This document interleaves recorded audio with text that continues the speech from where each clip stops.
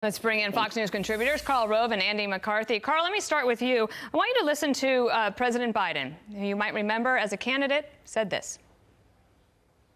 President Roosevelt clearly had the right to send to the United States Senate and the United States Congress a proposal to pack the court.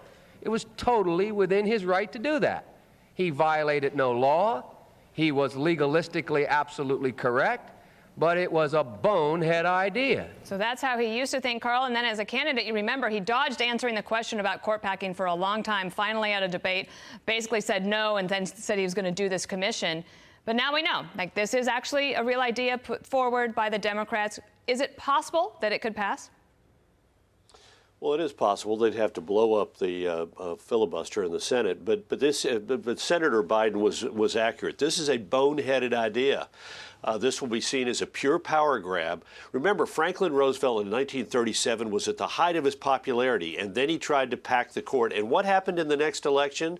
In the next election, the election of 1938, the Democrats lost 72 seats in the U.S. House of Representatives and 8 seats in the Senate. And so my point is that, think about it, every Senate Democrat candidate, whether it's an incumbent in one of the 4 states where they've got real problems, or in the open or tight Republican seats, is now going to be asked, do you agree with packing the court? And for them, there's no good answer. If they say yes, they're going to upset the independents and rile up the Republicans. And if they say no, I'm not in favor of it, it's going to dispirit some of the people on the left wing of the Democratic Party. I'm wondering, Karl, why have a commission if you've already made up your minds? The Democrats already say, look, we want to pack the courts. Why do you have a commission, one? And two, as you say, if the odds of this passing are very slim, what's the goal here? Well, if the commission exists for one of 2 reasons, and we don't know.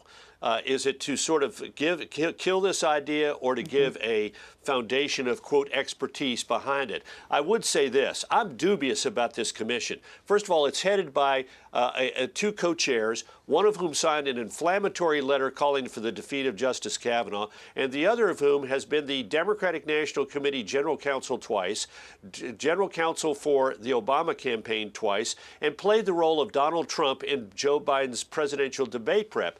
Not only that, but over the weekend, I had too much time, so I got online and checked out the 32 members of the commission on open secrets, 28 Democrats and 4 conservatives and libertarians. There are 16 Democratic commissioners who in the 2000 and 2020 election cycles gave 110 political contributions, totaling over $112,000 to Democrats. There are 2 conservative commissioners who each gave during those 4 years 1 gift each, one to a Republican in a primary in a New Mexico congressional district, and another one who gave a contribution to a Libertarian for a total of $4,200. Is this a balanced commission? I don't think so. It's got 28 Democrats and 4 Republicans, and the Democrats are a bunch of campaign contribution-given activists.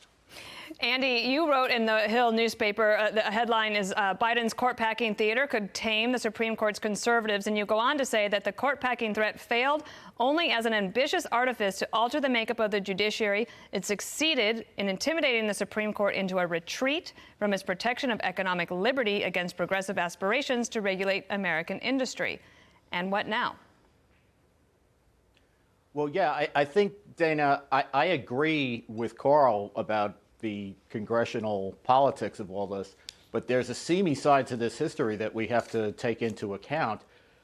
The court packing plan by FDR looked at just as legislation and a rebuke of the president was a spectacular flop. But in terms of what its bottom line was, it actually managed to intimidate the Supreme Court into changing its jurisprudence, and not just on something that was of kind of idle importance. We've basically had, because of the green light that the Supreme Court gave the New Deal, nearly a century of progressive governance that would have been unrecognizable to the framers. So I think this is all theater, but I wouldn't dismiss it because it's theater with a purpose. They think they can intimidate the Supreme Court into the way they choose which cases to decide, and in the way they decide the cases that are before them, whether they unexpectedly give the left wins that you wouldn't figure they'd get, or in cases where conservatives win, the decisions become so narrow that they're of little precedential use. So there's a lot of mischief here. You know, you talk about intimidation, Andy, and I find it kind of, ironic, the whole idea. These progressive groups are now calling for Stephen Breyer, who's a liberal, to resign because he's against packing the court. I want to play this quick soundbite from Ruth Bader Ginsburg a few years back, what she said about packing the court. Watch. 9 seems to be a good number, and it's been that way for a long time. I think that was a bad idea when President Franklin Delano Roosevelt tried to pack the court. If she were still around today, Andy, an icon of the left, do you think anybody would have called for her to resign because of her opinions? Well, the left is kind of unpredictable now. I'll say this much, Trace. I think, Ginsburg was very smart. Breyer is smart, and I think they understand and understood that the court's viability in the role that it has in our system, which is a kind of an apolitical, insulated from politics pushback against the political branches, that's dependent on its being legitimate as a judicial institution.